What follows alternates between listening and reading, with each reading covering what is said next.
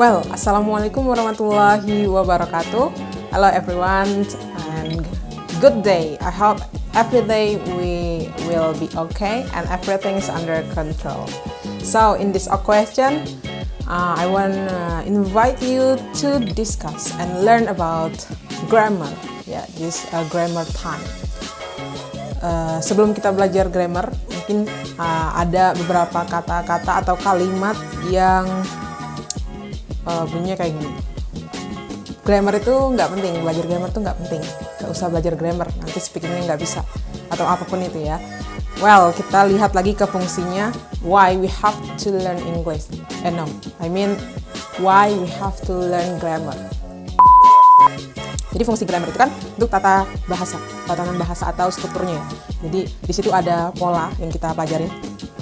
Bukan masalah penting nggak pentingnya, tapi kita lihat fungsinya. Jadi tujuan kita belajar grammar itu when we speak with other people, we can speak clearly, ya, by grammatical.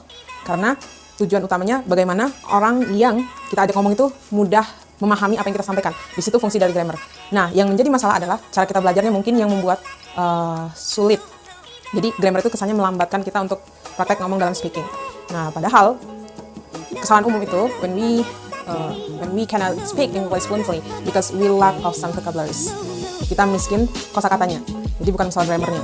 Dan kalau lebih bagus, misalnya kita mempelajari grammar, teori, praktek, itu lama-lama ya bisa ke-improve.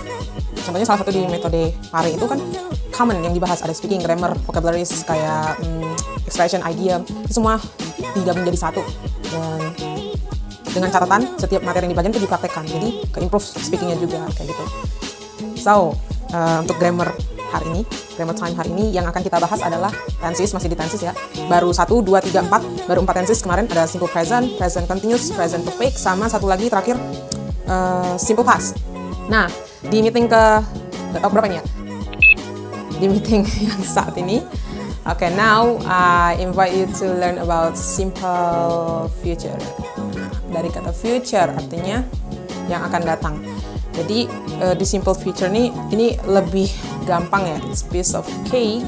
It's easier than another tenses. Karena yang lainnya itu butuh perhatian lebih.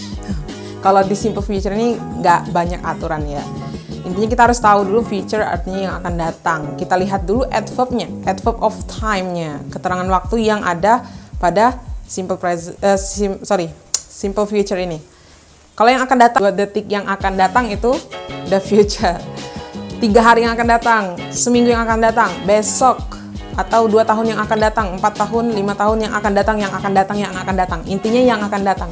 Itu future time-nya dari simple future, artinya yang menunjukkan masa depan. Nah, untuk auxiliary-nya yang kita gunakan di sini tuh hanya will.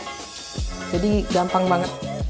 I will, saya akan. You will, they will, we will, she will, he will. Jadi kita nggak perlu memperhatikan subjeknya karena sama semuanya. Auxiliary-nya will, dan kalau udah ada auxiliary will-nya bentuknya semuanya sama.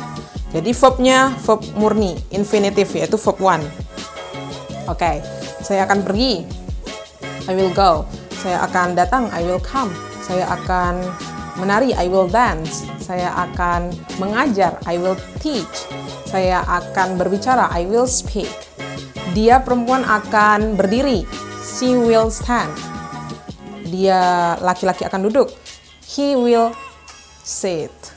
Jadi nggak ada perubahan apa-apa. Dan untuk negatifnya pun sama. Tinggal ditambah not aja setelah auxiliary-nya jadi will not, atau kita bisa menggabungkan. Kita bisa menggabungkan dari auxiliary will sama not jadinya won't. I won't be silent. Nah, itu contoh lagunya. Won't itu kalau kedengaran secara biasa mungkin kita kedengaran kayak wants ya, ingin wants. Hampir sama ya, pengucapannya itu memang hampir sama sedikit. Tapi kalau secara struktur kita mudah membedakannya. Karena will not itu setelah auxiliary pasti kata kerja. Sedangkan kalau yang want, kata kerja, itu setelahnya harus ada infinitive to-nya. Karena kata kerja ketemu kata kerja nggak boleh langsung bergabung. Jadi misalnya kayak Miss dengar pertama kali lagu itu, I won't be silent, you can keep me quiet. Won't-nya itu bisa kita lihat itu will not, dari kata will not. Kenapa? Karena I won't be silent. Be, ada kata be itu kata kerja. Jadi berarti ini will not, bukan want. Kalau want aturnya want to be atau wanna be, seperti itu ya. Itu negatifnya. Saya tidak akan berenang. I will not swim. I won't swim.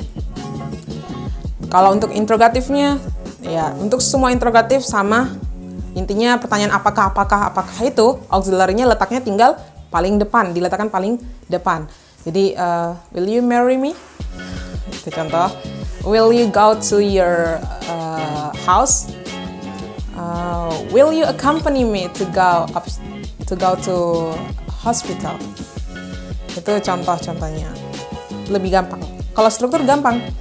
Sekarang yang jadi masalah kalau kita kekurangan vocabularies ya, kita mempraktikannya susah. Makanya every day we have to add new vocabularies. More or less 10 it's enough. In one day 10 vocabularies, new vocabularies itu cukup untuk dalam 2 tahun 4 tahun. Jadi bisa minimal basic ngomong bahasa Inggris seperti itu. Nah, itu untuk simple future. Jadi nggak ada masalah untuk simple future. Itu lebih gampang mempelajarinya. You can practice now. And sebelum praktek, sebelum praktek, usahain teman-teman menambah kosakata baru dulu, kata kerja. Kata kerja 10 aja. Nah, kalau udah dapat kosakata 10 kata kerja, baru nanti dimasukkan ke grammar yang kita pelajarin hari ini. Okay, well, I think that's it for today meeting. So we can continue for next lesson and next opportunity. And last, if you have any question or suggestion, you can visit our Instagram, englishspacecourse.solo, and yeah, I will be happy to answer and accept your suggestion. See you and bye.